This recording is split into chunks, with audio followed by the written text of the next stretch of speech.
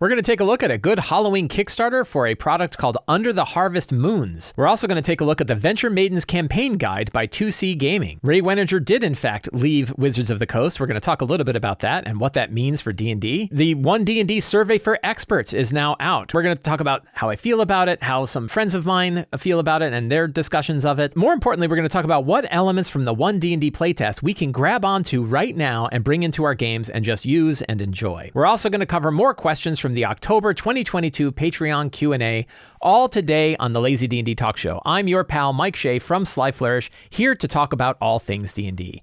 This show, like all of the work of Sly Flourish, is brought to you by the patrons of Sly Flourish. If you enjoy this show and the work that I do, you can become a patron of Sly Flourish. Patrons get access to all kinds of exclusive adventures, exclusive material to help you run your D&D games, the City of Arches sourcebook, a dedicated Discord channel, the Patreon Q&A, all different kinds of stuff, video previews. You get tons and tons of stuff for becoming a patron of Sly Flourish. And to the patrons of Sly Flourish, thank you so much for your support. So we're going to start off with our two product previews today. The first is for a Kickstarter called Under the Harvest Moons, Horror Options for 5th Edition. This is a relatively small product, a 50-page product that covers everything from character options, monster options, weird, like horror-themed factions, weird monsters. It's got a little bit of everything in it. And it's pretty cool. It's actually like a small Van Richten's Guide to Ravenloft. It has sort of a lot of different options that you can bring in for the characters themselves, for the world around them, for the monsters they have.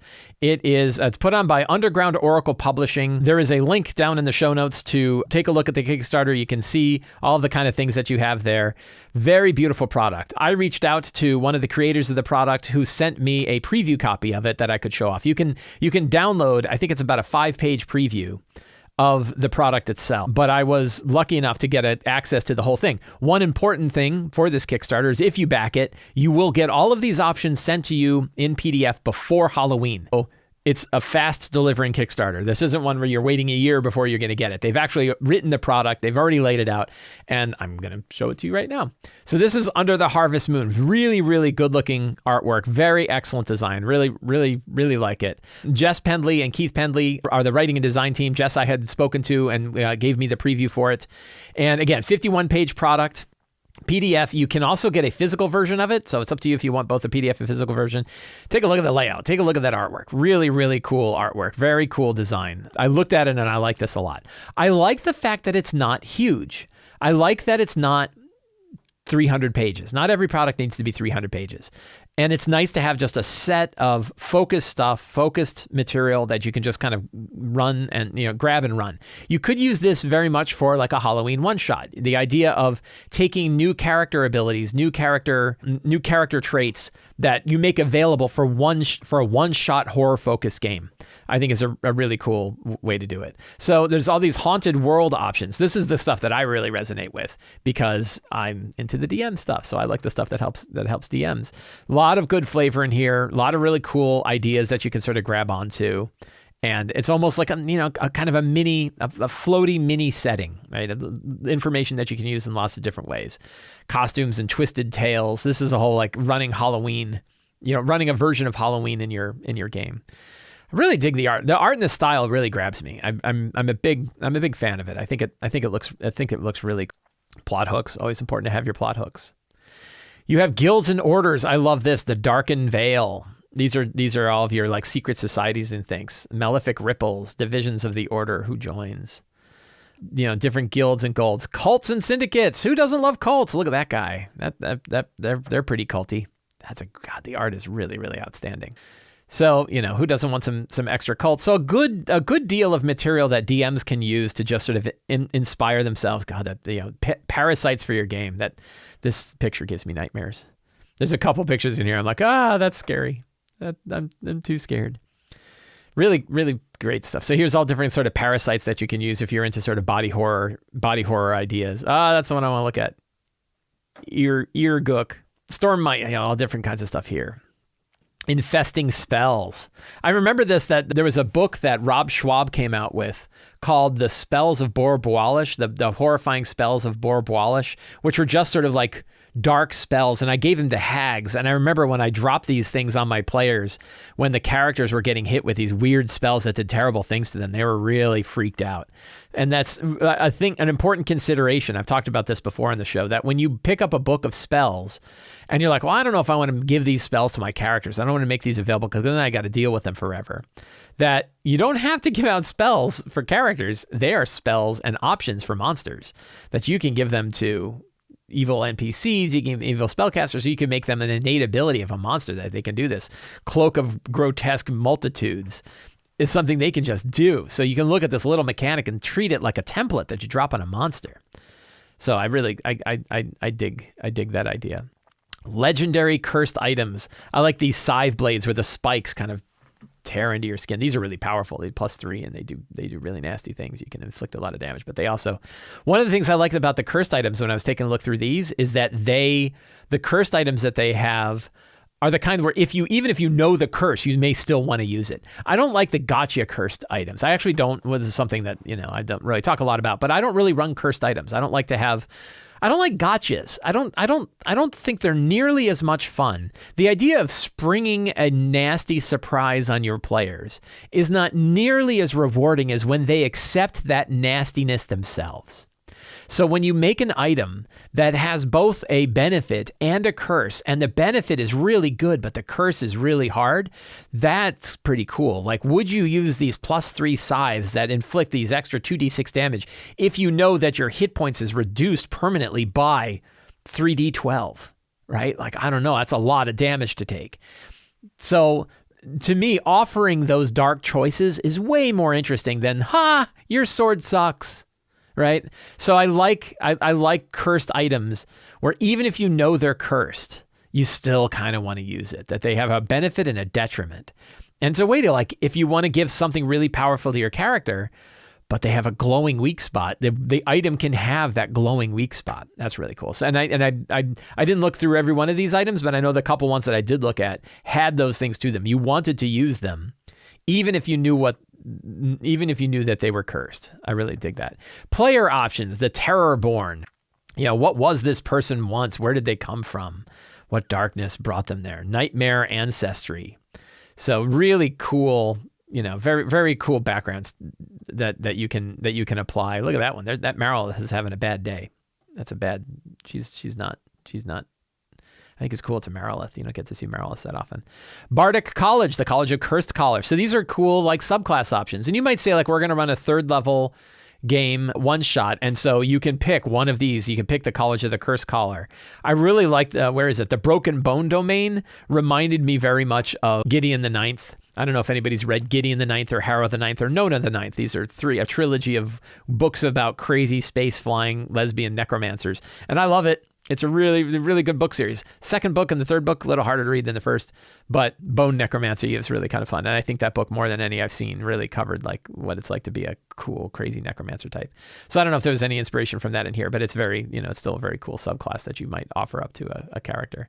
Look at that. Isn't that wild? God, the art is so good.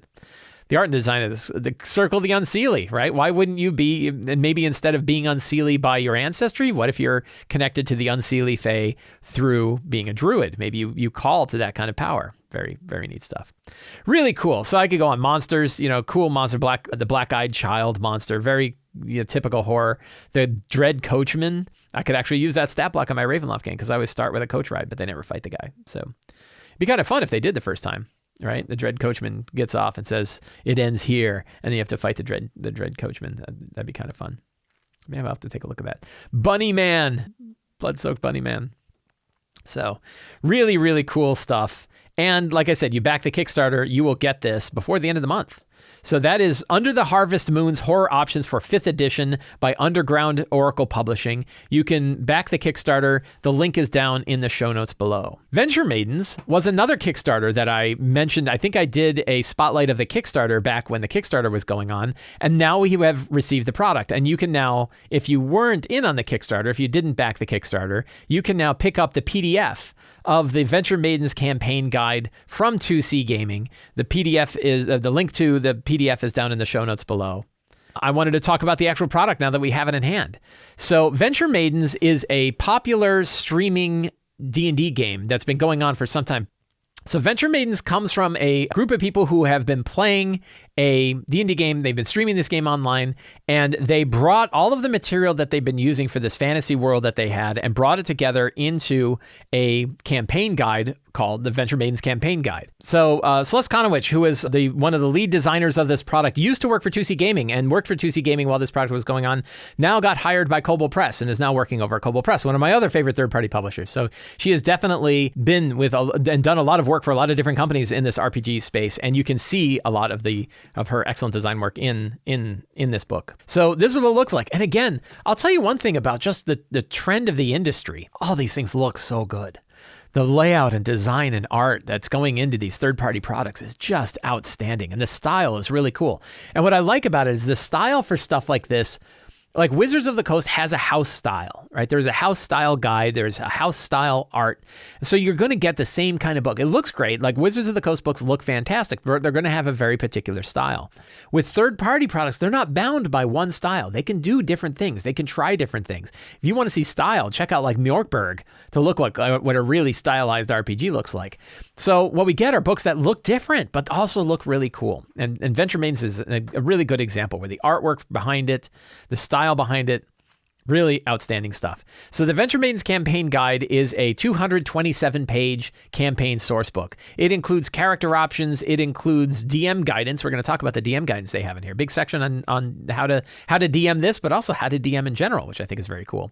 A lot of information about the world, a lot of information about new mechanics, new ideas in here. They have a whole system called Heroic Destinies, which is a whole other layer that you can add onto your character about something that you are intended to do and what kind of powers you get by both aiming towards this thing that this heroic destiny you have, and also what you get when you achieve your heroic destiny. So yeah, it has got all sorts of things. Just looking at the table of contents, we have character creation, a big section on character creation, about 50 pages of character creation stuff, a whole section on the mortal realm, the fairy realm, building adventures, treasures, friends and foes, all different kinds of things. So a big, and again, man with the killer art, really cool stuff. So obviously, if you are a fan of Venture Maidens has a fan base that follows this streaming game, and almost certainly, if you're a fan of Venture Maidens, this is the book you'd want to get. In a very similar way that the Tal'Darai Reborn campaign source book is a fantastic product for people who are fans of Critical Role, the Venture Maidens book is a fantastic product for people who are fans of the Venture Maidens streaming series. But also, if you've never even heard of Venture, like I have not really followed the Venture Maidens series. So, but for me, I look at it and it's like, it's still a very, very cool source book. It still has lots of information. So the fact that it comes from this streaming service means it's been like tested. This whole realm has been, you can watch people kind of, tear into it. But now we get to benefit from it, even if we weren't really following the series itself. And maybe you read it and you go, this is really cool. I'd like to see people playing it. There's a whole series that you can follow. So really kind of cool idea. The whole idea behind the world, as far as I understand it, again, skim reading this thing, is that if you normally think about a D&D world, you have the prime material plane and you have other planes of existence. And maybe there are portals that connect them, or there are spells that can connect them and things like that. In this idea, what if the worlds were bleeding together? What if just through your regular travels, you were traveling to these other realms, or areas where these other realms bled into the main world?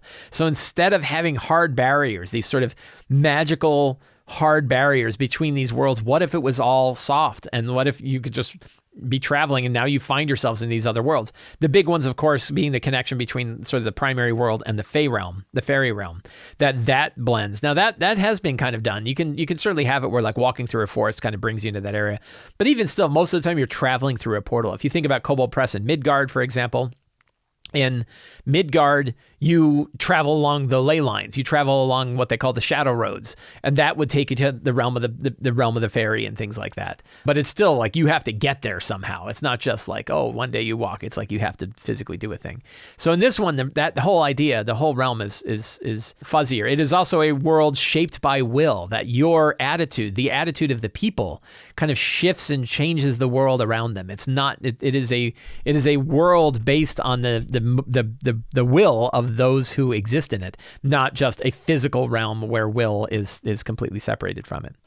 Realm of Eternal Conflict. There's a whole history, how that plays historic role-playing. Everyone is bound by fate. These are things that you can bind your characters to. You've seen me in my session zeros where I try to draw the characters directly into the campaign by making sure they have these hard connections. These are examples of some of the things you would make sure your characters had to be well tied into the adventure. The art is interesting. So the art kind of shifts between color art, black and white art, different styles of art all throughout it. Again, really cool kind of, unique style to it. But man, just bell ringer. I like the bell bandolier. That is really cool. So character creation, you have various races. You have new races, the Eldrin race, the Grove Elf, some other races and how they play in. I always like a section like this. This to me is a really powerful thing. Like, what does it mean to be a Dragonborn in this world? That's something where you can sort of reskin. You don't have to change the mechanics around. You don't have to worry like if one D&D decides they're going to change things, where you can go. You can just go with it. So I like that. New backgrounds, Dabbler, Farrier, stuff like that. A whole bunch of new backgrounds. The Harlequin, the Herbalist. Again, good connections. Lots of backgrounds. So lots of ways. And backgrounds are really good. If you're going to write a campaign book, focusing on backgrounds are great because they're almost all flavor. Again, you don't have to worry too much about, like, my players love using D&D Beyond and they're not going to use this stuff. Well, backgrounds are easy to incorporate in D&D Beyond. Like that, there's some stuff that it's easy for them to incorporate. So it really works well. Subclasses, Path of the Legacy. Subclasses are a little trickier if you're using D&D Beyond, as we've talked about before. New cleric domains, new fighter archetypes, stuff like that. So interesting stuff. A lot of player-focused stuff. A lot of player-focused material in this campaign guide, which again, really good. Really, can be a lot of fun to thematically change your campaign. And the one thing that I would recommend. Oh, and now we get into Heroic Destinies. I don't want to skip this. I want to talk about Heroic Destinies.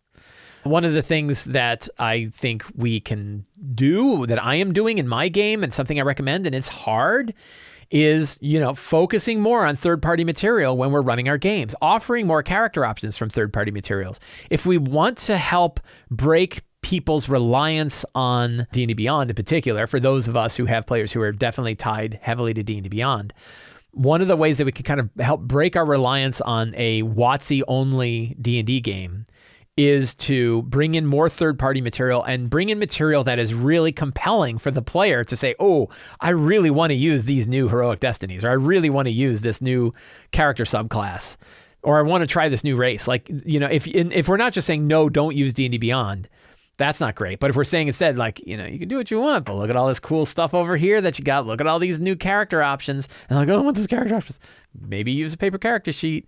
So that's a way to kind of break our reliance on D&D Beyond and get access to tons and tons and tons of more material. So much fantastic player-driven material, like the stuff we're seeing in the Venture Maidens Guide. Heroic Destiny. So what is a Heroic Destiny? Heroic Destiny is another feature of your character that says your character has a thing they are intended to accomplish. They are designed to accomplish. There are a whole bunch. We have Avenger, Celebrity, Explorer, Fortune Seeker, Immortal, Scholar, Symbiosis, Teacher, Virtuoso, and Wielder. And they are essentially, we've had this with like magic items before, where you get a magic item, the item would level up as you did things. What if that wasn't tied to an item and it was built into your character? And so when your character hit a certain level or accomplished a certain activity, they would get a new benefit. So we'll look at like the Avenger. I was looking at the Avenger class, which is like something terrible happened to them that they are avenging. Good little sidebar on like how to handle this with your players so that you're not getting into things that you don't really want to get into. Always good for part of your session zero and your safety tool discussions. So you have a prerequisite. What's the thing that ties it to you? What are your milestones? Like the examples of possible tier milestones for the Avenger Heroic Destiny. So you get to kind of build these with your players. They're not set. Declaring a vow of vengeance in front of a deity, sacrificing something you hold dear to get justice for a stranger, standing up to impossible odds to prevent your imposing. And these can flex, right? You can sort of, as the game moves on, you can sort of change them. And then you have certain things. What do you get at tier 1? A seething passion, benefit, Heroic Destiny benefit payback. When you move speed increases by 10 feet, you can add a d4 to ability check or attack roll you made against a creature. Sort of like you're charging at them, like I need to stick it with my sword. So, Path of Pathos. Started a fight for those who are wronged. When an ally takes damage from a creature you can see, you can use your reaction to make one weapon attack against a creature. So it's almost like a miniature subclass that's sitting on top of it. It's like another feature. So of course it means that the characters are going to have a tiny little bit more power, but it's very specific things that they're getting. It's of course another area of complexity that you're adding to the game by adding, you've got race, class, background, and now heroic destiny. But I think for a lot of us who have advanced players who've been playing for a long time, and we're looking for something new, this is a really cool feature you can bring in. Now, obviously, you don't have to bring in the heroic destiny idea just into a Venture Maidens campaign. You can bring this idea right into any game that you're running, any campaign you're running. You can be like, this idea that everybody has a destiny in the game is a really cool feature. It's also a great way, you're tracking the destiny, you can make sure that you're tapping into these hooks every time that you are talking to one of your players. So really cool stuff. And the book is just packed with stuff. So I can't, I could spend hours going through the whole book, but I'm going to kind of skip down and hit other features of this as well. Bunch of new spells that you can pick up. And again, as we learned about in the previous one, these are spells you don't necessarily have to just give to players. You can use these with your monsters too. Think of every spell as a tiny little monster template, a tiny little monster feature that you can tap onto one of your NPCs or something like that. Lots of cool things you can do here. You can put them on single-use magic items, right? You can have an item that the characters pick up, and they put Father's Embrace as one item that they put on this thing, or Dissolve as a weird spell that they've got, right? It's not quite Disintegrate. It's like miniature Disintegrate. Cool. So, spells are actually really powerful aids for DMs. What else do we have going on here? Of course, we have the whole description of the Mortal Realm, the actual campaign part of this campaign source book. The Mortal Realm, what that looks like, and then the Fairy Realm, the Realm of the Fairy, which sits sort of overlapping and adjacent and sort of interconnected. So really, really neat story idea. I didn't dive into the setting too much. I gave it kind of a quick look, but I like that it's not massive. Like, it's a digestible set. It's got enough lore that you can really use it to fill out your campaign world when you're running in it, but not so huge that you're reading like a 400-page book. I love the Midgard world book. I think it's fantastic. It's also very big, and it could take you forever to really understand that whole world. I'm diving deep into it now for my 2 Kobold Press games, and it is taking a lot of time and a lot of energy. It's worthwhile, but it's also nice to have a campaign setting that's not totally massive. So really great stuff here. Then of course, other things that here's the whole Fairy Realm. Again, you as I'm scrolling through, you can see some of the just gorgeous artwork that you can find in this book. Really outstanding stuff. And the whole connection between the fairy, the world of the fairy and the world of the mortal realm is oh, look at this. We got like a poem. Really just, God, the style of this book is fantastic. More poems. Look at that one. Isn't that great? Incredible artwork. So building adventures. So here's an interesting thing. Chapter 4, Building Adventures in the Plains, talks about kind of building your adventures in this world. But what's interesting is it offers a lot of advice that is not, you don't necessarily have to follow just for running an adventure here. It is a lot of really good adventure guidance, almost like a miniature DM guide in the middle of your source book. And I looked at that and I was like, that's really interesting. So the stuff up front here is definitely all about how to build an adventure. But then you have a general wisdom. And the general wisdom is like how to run a D&D game. And it's great. Like, you have people who've been running games for a long time. They get their thoughts together, they put into a book. And I was pretty happy because a lot of the style that's in here fits styles that I think are directly compatible with thoughts that I have for lazy dungeon mastering. Starting small, making sure everyone has fun, how to get started. You don't need to know every rule. Very good advice. Assembling a party, running a session 0, what it's like to run if it's your first session ever. What should you do? How you have your house rules, character creation, all the good stuff for that first session of the game. What to cover. Here's a whole thing about session 0, prepping a session. Not enough stuff that talks about how to prep a session. Where does the session start? Right? Strong start, always important. What are the encounters? What are the scenes that might come up? Are the players learning anything new? What are the secrets and clues? So a lot of connections in here that I think are very compatible with the ways of the Lazy Dungeon Master. I think it works really well. And and I think it's always outstanding to have people like, what are how do you do collaborative storytelling, descriptive storytelling, pacing? How do you handle pacing? This is such a big topic.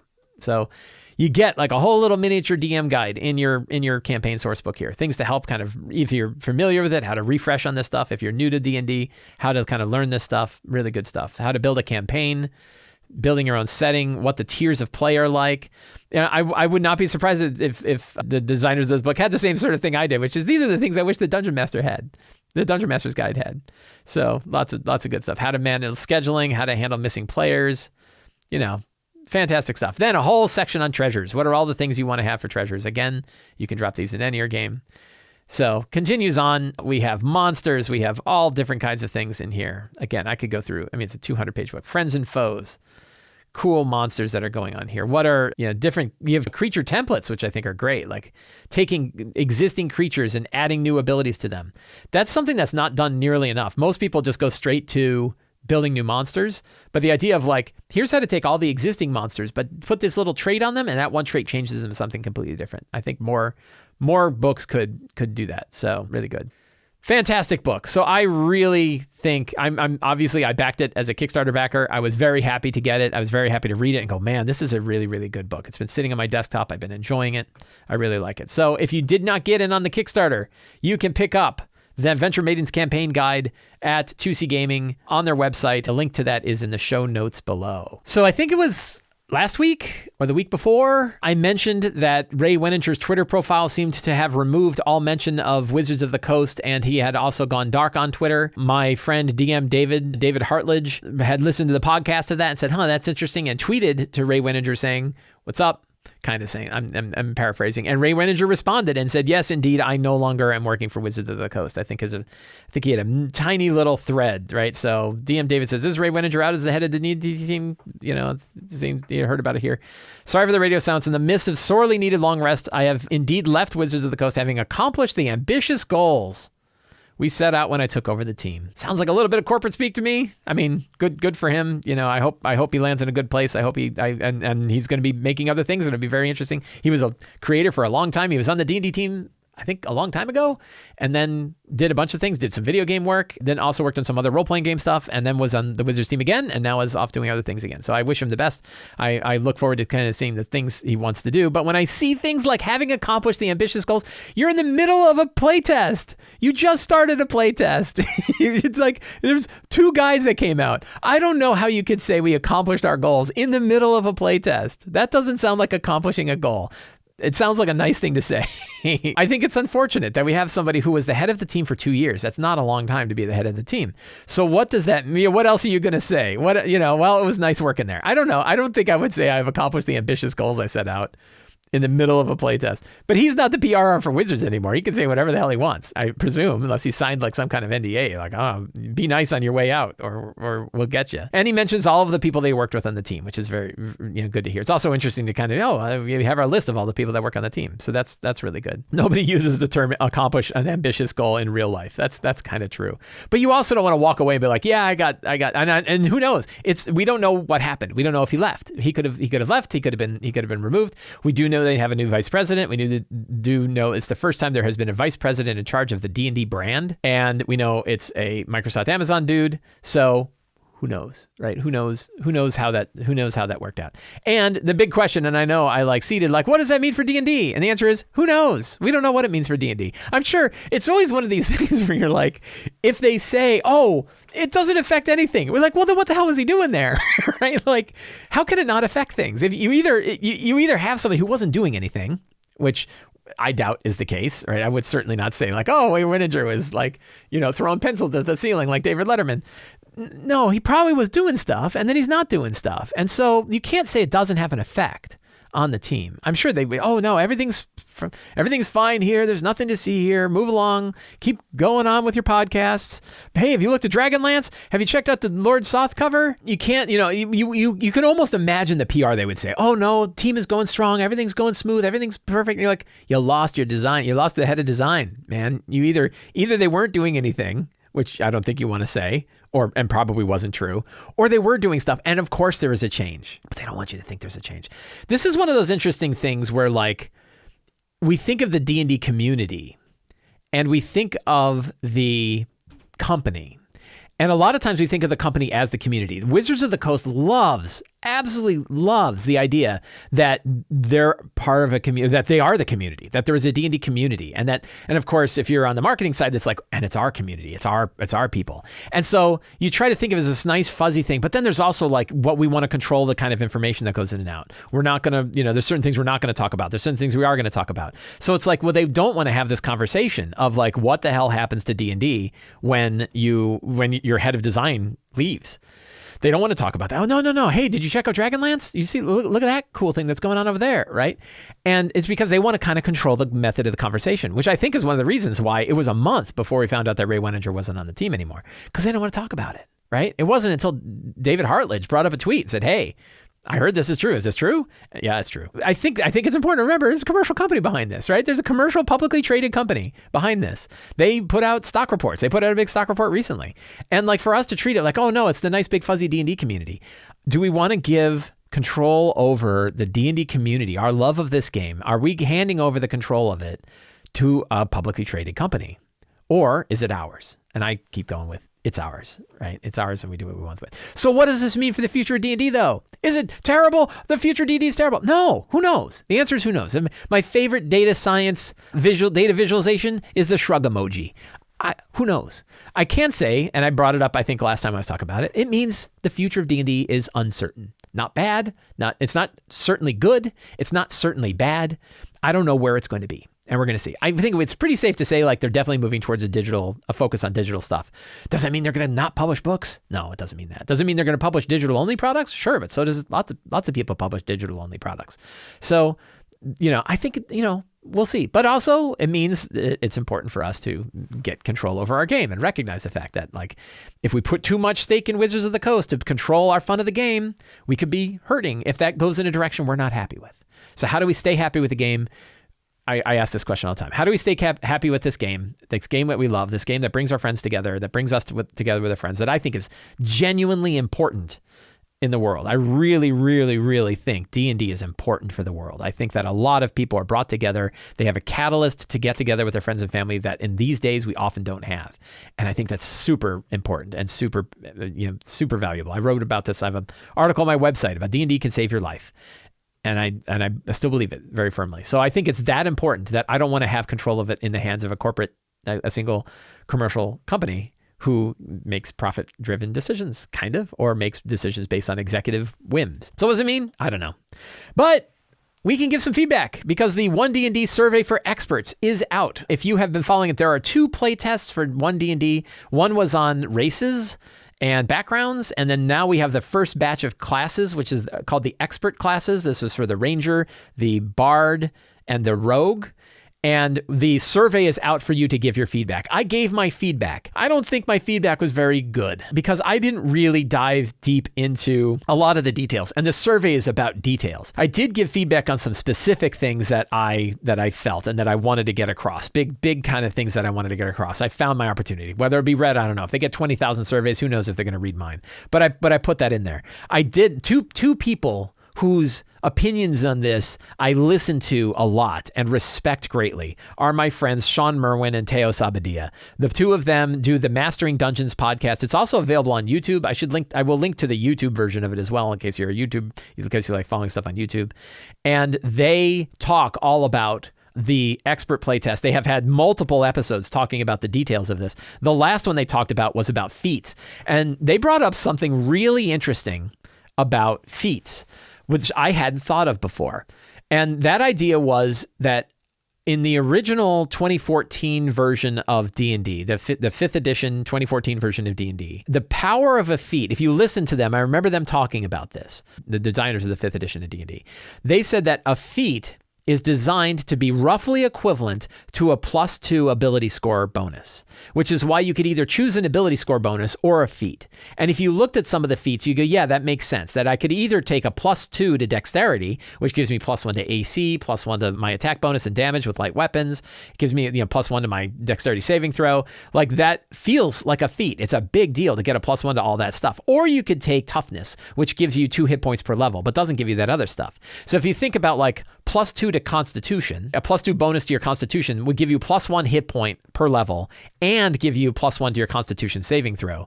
I don't think you really get much off. But you're like, okay, if I get +1 to my con save and +1 hit point, that's pretty good. Or instead of, I could get no bonus to my Constitution save, but I could get a +2 hit points instead. I mean, it's actually, the +2 is probably a little bit better, but it's, it's not bad. That's a comparison. What they said is, what Teos and Sean brought up that I hadn't thought of, is they're still saying, oh, the +2 bonus is still a feat. You can go pick a feat that gives you a +2 bonus. Except every other feat also gives you a +1 bonus to an ability score. So they essentially increased, I did talk about this, they increased the power of feats in the playtest. Again, this is still a playtest, who knows, they're going to change it.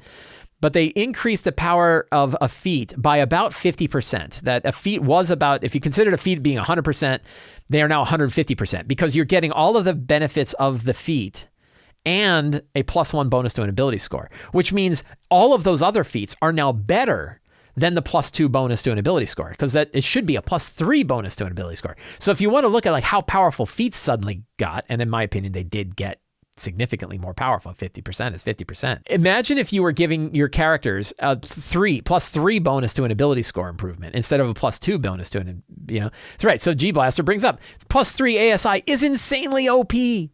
So are they feats, right? Now what they have basically done is said, that now you have a weak feat. The weak feat is a +2 bonus to an ability score bonus, because every other one is +1. And you can monkey, if your DM lets you do it, and a lot of DMs do, Adventurers League lets you do it, you can monkey around with your ability scores to make sure you're always getting a even score. Even if you're only getting a +1 bonus, you can kind of shift everything around and manipulate your numbers, and then bang, one of them goes up. And it's that part of it that drives me bananas, because you're making complexity for no reason. Like that complexity of monkeying around with your ability scores, so you're always getting like an odd or even number, so you're getting that bonus that actually affects your character rather than an odd that doesn't affect you at all.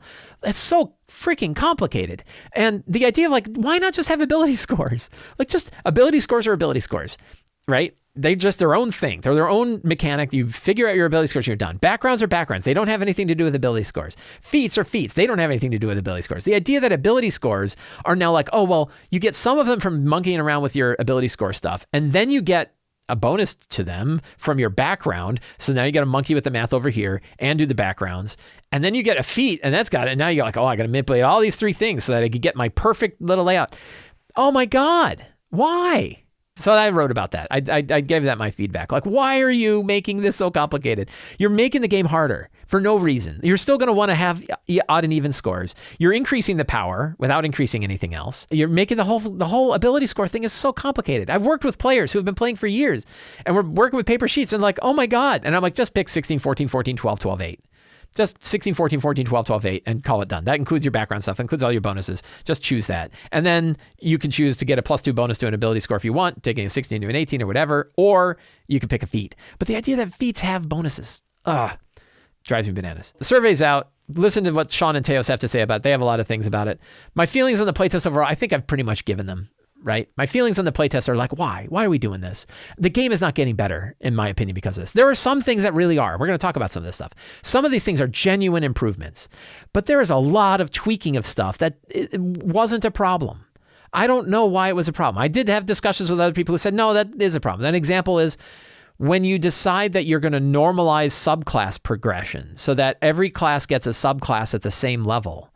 And I'm like, I've run 1,000 D&D games. I've run dozens of campaigns. I've worked with dozens of players, certainly. I don't know if I've worked with 100 players. I've read, I don't know how many freaking posts on how many different forums, how many different tweets. I think I'm trying to keep my eyes pretty open about D&D a lot. It's part of my business. It's part of my hobby. It's part of something I really love to do. I haven't heard anybody that said, oh God, it's so terrible that a wizard gets a subclass at one level and a bard gets it at another, or that a sorcerer gets it at first level. Oh, it's just awful. So now that's not true. I have one friend of mine who was like, yes, it is a really big problem. And I'm like, is it really though? Like, I think that from a design perspective, maybe originally it wasn't a great idea, but now we've got it. And now you're going to break every subclass. I just reviewed 2 products that just came out that have new subclass options that will not be compatible with the next version of D&D, simply because they were going to decide that they want subclass progression to go on another side. I'm not a fan. But let's set that aside. And let's talk about the things that the 1D&D playtest has that are really cool that we could just bring into our game right away. And we can almost think of them like what are the new, like if we think of these as Wizards of the Coast designed house rules, these are things that Wizards of the Coast is saying, almost like what they put into Xanathar's guide. Like, hey, here's some things you might try. I think that's not a bad idea. So what are some of the things that we could try, that we could bring into our game, that could actually, we just do? First one I do is exhaustion mechanics. Replacing the current exhaustion mechanics with the -1 to your any D20 check. I think that's a really good one.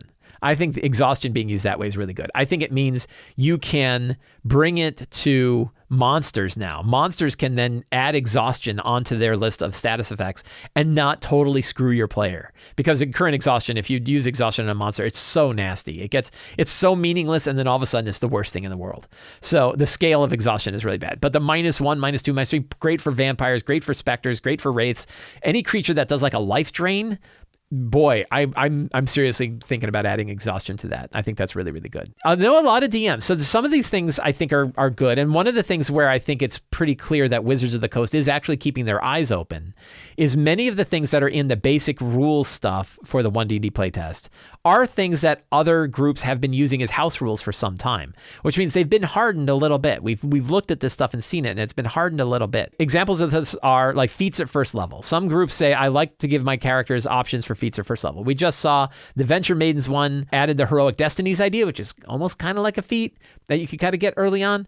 So I'm not opposed to that. I think that the idea of like, hey, go grab a feat at first level as an option isn't a terrible option. People really like that one. So it would be better if the feats didn't have ability scores and levels. Why do we have levels on feats? I don't know why there are levels on feats. Again, added complexity for no reason. And again, breaking backward compatibility. Oh, what were the levels of the old feats? Grr, angry Sly Flourish. So, I don't think you need to have levels on feats, but I think like the idea of, hey, let characters pick a feat. And if you want to be a DM, you could say, here are the set of feats I'd like you to be able to pick from. So you could limit the feats and say, these feats are the ones that you could pick, but that can work. Apparently, other groups than I have been using the offhand attack doesn't require a bonus action house rule for some time. I didn't know this. Like, I hadn't really heard about it. I complained all about power creep and like, if you allow people to do these optional attacks without using a bonus action, you're basically just extending the turn. I still feel that way. It still feels like we're making character turns take longer because you're still going to have that like, oh, I've attacked twice with my primary hand. I attack once in my offhand. Do I have any other bonus action stuff? Can I attack as another bonus action? There's like complications there. I'm not sure. I would rather they didn't have bonus actions, frankly. I don't like bonus actions, but nobody's asking me, and it's too late now. We have them, but some people have been doing that, and I guess it does help normalize characters where their offhand attack is really part of the math. So like if you think about a great weapon master fighter who's fighting with a two-hand weapon, they get big damage bonuses and they get big damage things that they can do that don't require a bonus action.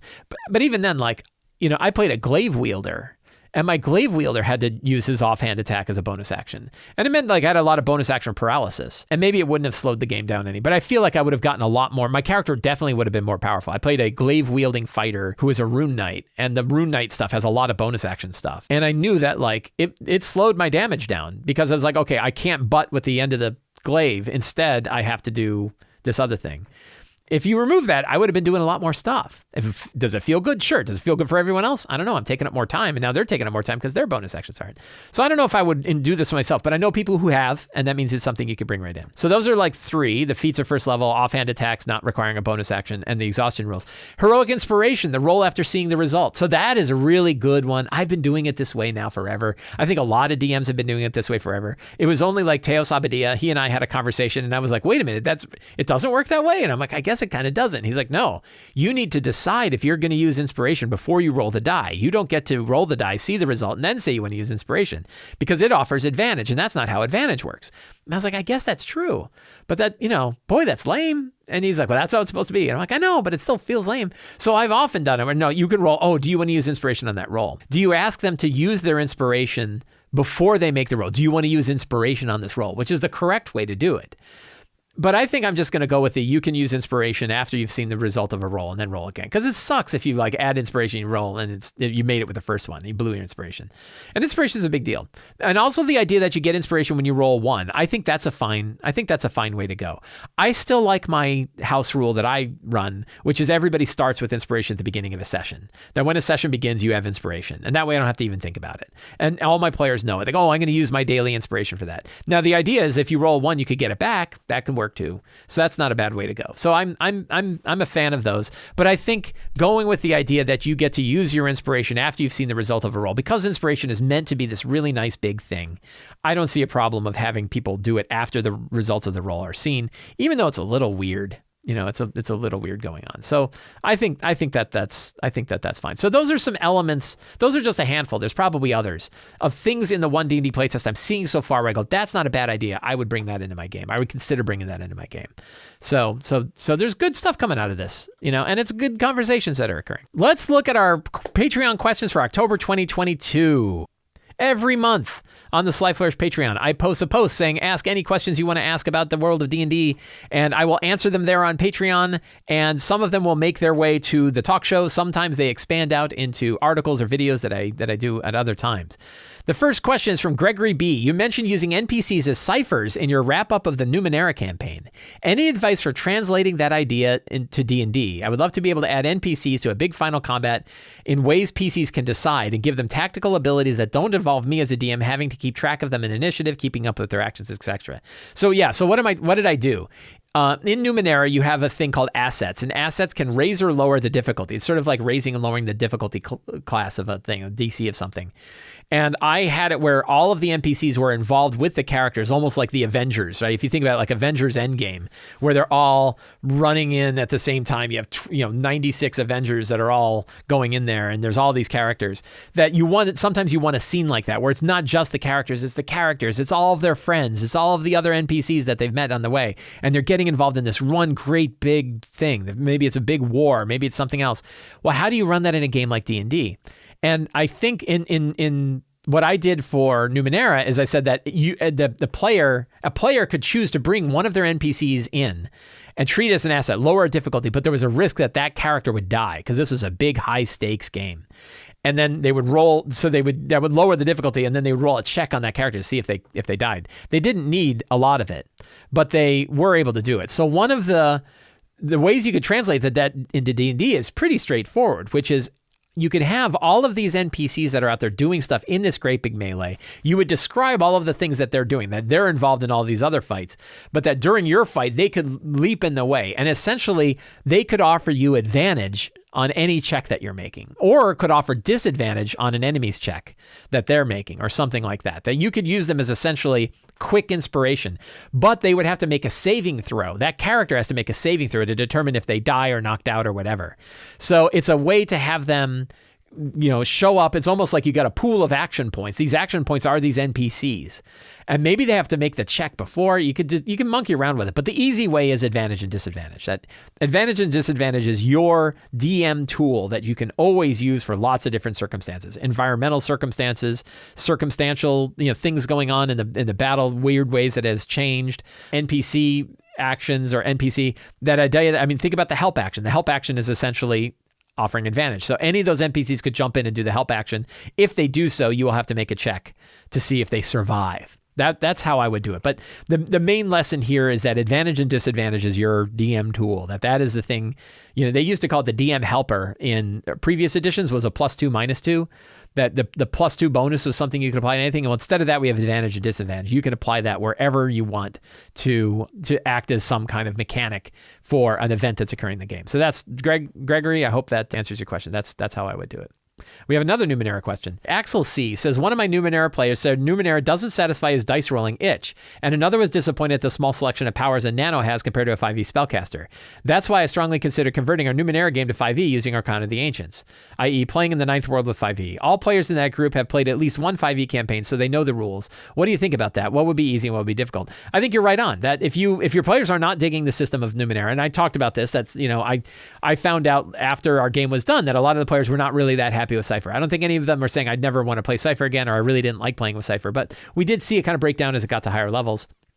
So it's certainly reasonable that players would say, I don't really dig the Cypher system. I have other players that really don't like the Cypher system, and they love 5e. And so, yeah, you can definitely convert all of Numenera to 5e. And of course, the book you brought up, Arcana of the Ancients, Beasts of Flesh and Steel. There are other books that they've done. Numenera, Monte Cook Games has put out other Numenera-based books that use 5e rules. So you can do a lot with it, and I think it would work very well. The hard parts would be reskinning a lot of the stuff that you're seeing in Numenera into the terms that make sense with 5e. Your glaives, your nanos, your jacks, a lot of that stuff. The other interesting thing you could do, though, is you don't have to necessarily, so it's one thing if you want to run a ninth world based game, this sort of high science fantasy game. You could certainly do that, but you can also create almost like a reverse Lost World, that you could have sections in your normal D&D game. And this is where Beasts of Flesh and Steel, So Where the Machines Wait, another book that Monty Cook Games put out. This book is designed to be a sort of lost world of Numenera stuff that appears in your normal D&D games. So that's another idea. It's like you could just make a D&D, but instead of going, if you think about like your Isle of Dread, well, what if instead of like dinosaurs and primeval stuff, it is machines. It's an island of machine stuff, cybernetics, super advanced technology, not just ancient stuff, but it's ancient stuff that's way higher tech. So that would work really well in Eberron. I used it in Eberron a lot, but that's another way that you can bring a lot of Numenera stuff. The other one is like once you've got Arcana of the Ancients and you're using Numenera flavoring of your 5e game, you can use other Numenera books. So yeah, there's lots of different ways that you can use Numenera and can mix your Numenera and your D&D games together. Tubi says, sometimes I or my partner like to go over the top and prepare some extra stuff for special seasons, fancy decorations, thematic snacks, appropriate lighting, and so on. You can actually do a lot with a little effort. Electrical candlelights are my favorites. Do you have any other cool ideas to enhance the game session apart from the game itself? P.S. Our next special session theme will be Halloween, of course, and I guess there's a lot of potential there. There's tons of stuff you can do like this. Probably my number one trick is go to your local craft shops after a holiday, because you get a lot of stuff on sale. Go to your like local drugstores, go to your local craft shops and buy all their cheap tchotchkes and doodads that they have around for a particular hour, especially after Halloween. So 4 weeks from now, really good point. And, go buy a bunch of that stuff and then either save it for next year if you want to run a themed party or use it in your other games. So obviously decorations are a big one. Cooking thematic meals or having like a thematic potluck. This is my wife's idea. She was like, why not have a thematic potluck where you say, we want you to bring stuff, but when, you're going to be at Weathertop, we want you to bring sausages and nice crispy bacon and mashed potatoes and carrots, right? Root vegetables and sausages and bacon and stuff like that. And you can like, we're all going to eat like we're eating at Weathertop. And, that's kind of a fun thing to do, thematic foods. A big one that I think is a really high value, and I've done a video about this, I've written articles about this before, a really high value activity that has this is handouts. Things that you can give to the characters, to the players that are something their character would actually be holding. It could be handouts, it could be props, it could be like a gemstone. Like imagine you're handing treasure, like fake coins, lots of different physical props that you can use that you can hand to the players so they feel like they're getting it. I know campaign coins was like, isn't it cooler when you're giving actual coins to your characters when they get treasure rather than just saying you got some gold coins? There's definitely things like that. So decorating music and environment, of course, is great. All of the different streaming services, YouTube, Spotify, and everything else have like spooky environmental music. Get a little Bluetooth speaker, connect your phone up to it, and during the game, you can hit a thing and send some music over. Now, of course, there's a question, what about online? What can you do online? Foundry, the VTT Foundry has tons of different sort of effects that you can do. I would say if you're using other things, then images and sound are your friends. If you're doing sound effects, I really love Kenku FM, done by the same people that do Owlbear Rodeo. Kenku FM is a way to broadcast any of the sounds that you can pull up in a browser from your machine and send it into the Discord chat server as though it's another member of your chat server. Really great way to kind of add sound effects or add music. The players on their side can control the levels, so if it's too loud or too light, they can change the levels to get it where it wants. So that's a good way to do look and sound, even if you're playing online. But yeah, and handouts too, that you can still do like pictures of physical handouts. You can make a physical handout, take a picture of it, and send that picture over Discord. And it still feels like, well, I know it was a real thing. I can't hold it, but I can physically see that was a real thing, not just an image or not just text up on a screen that was supposedly in it. So lots of different things you can do there. So TUB, thank you for that. Thank you for that question. Sam Moore says, I just finished running Frostmaiden after 1.5 years. The final battle was suitably epic, taking over 4 hours, but it was mostly one big bad enemy with multiple phases. Though it was fun, it kind of dragged out. What are your thoughts about running epic battles and key moments in the campaign without making them drag on or take forever? Really good question. This happens a lot. First of all, it's okay to have a big long battle and a final battle. As long as the players are interested, it can go as long as you want it to go. So how do you keep it interesting? You're right about having multiple phases, that having like sets of monsters come in, having things change, having the environment change during this. I think if you really want to watch the 20th level version of this, if you want to watch the top of the top in this, I would suggest watching the season 1 finale of Critical Role. It's I think it's 5 hours long. It's their final, I think it's the second to last episode. It's their final battle against Vecna. And it's a huge battle, and so much goes on. And you want to talk about like emotional commitment. 2 players burst into tears during the game because of stuff that's happening in the game. Like they're so emotionally connected to the game that they burst into tears during the game. It's really powerful stuff. And part of it is because of the things that are happening in the game. It's not just the battle that's going on. It's the connection of the characters to the world that's going on. So if you think about a battle like, it's not just combat, but it is also an opportunity for exploration. It's also an opportunity for role play. And you're tugging on those exploration and role-playing lines. They're discovering things while they're in the battle. Things are changing. New things are getting revealed. Maybe if like they have a magic sword that's been sentient, a sentient magic sword, but it's only in that moment that the sword is going to then say, I think it's time I took over here, don't you? And like they're learning, oh my God, my sword is trying to take me over. So there's lots of different sort of angles that you can bring in. Tug on those character strings. Tug on the backgrounds. What does it mean for them? Give the characters the opportunity to meet a final big arc of their character in that battle. So the battle is constantly evolving. And you might have to plan out your battle like you're planning a whole session, because it might be the whole session. So what are the 10 secrets and clues that they could discover in the battle? Who are the NPCs that they could talk to in the battle? What scenes are going to take place in the battle, right? Don't just think of it as combat for combat's sake. Like think about those other ones. Then the other thing about like, well, how if it starts to drag, turn those dials around. Maybe that character that they're just doing so much damage to that thing, it's not going down. Maybe it goes down or explodes or turns into something else. Something else happens. Move those dials around. Change the amount of damage you're doing. Change the amount of hit points they have. Change that stuff to keep that excitement going so that it doesn't drag on. And if it's time, turn the dials the other way and they win. Right? Don't forget about that great scene when Indiana Jones faces off against the big swordsman and just pulls out a gun and shoots him. Like that was pretty monumental. So sometimes they might have it where the final boss shows up and one hit knocks them out. And that's really dramatic, and players will remember that. Players will remember when your boss dies in a single hit. I had a huge vampire boss who got beheaded with a Vorpal sword in the first hit. And it was pretty epic. And we're like, I'm not changing that. It was really, really cool.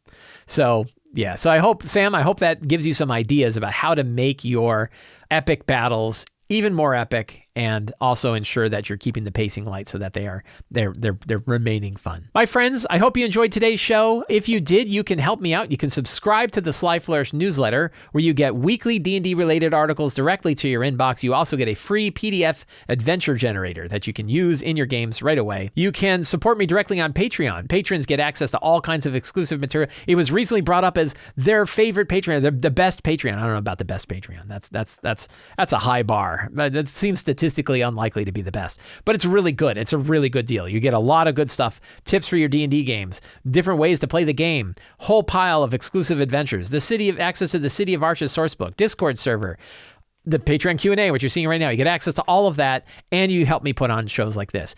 And you can pick up any of my books: Return of the Lazy Dungeon Master, the Lazy DM's Workbook, the Lazy DM's Companion, all available in PDF and in beautiful offset printed versions on the Sly Flourish bookstore. The links to all of that are in the show notes below. Thank you all very much. Have a great day, and get out there and play some D&D.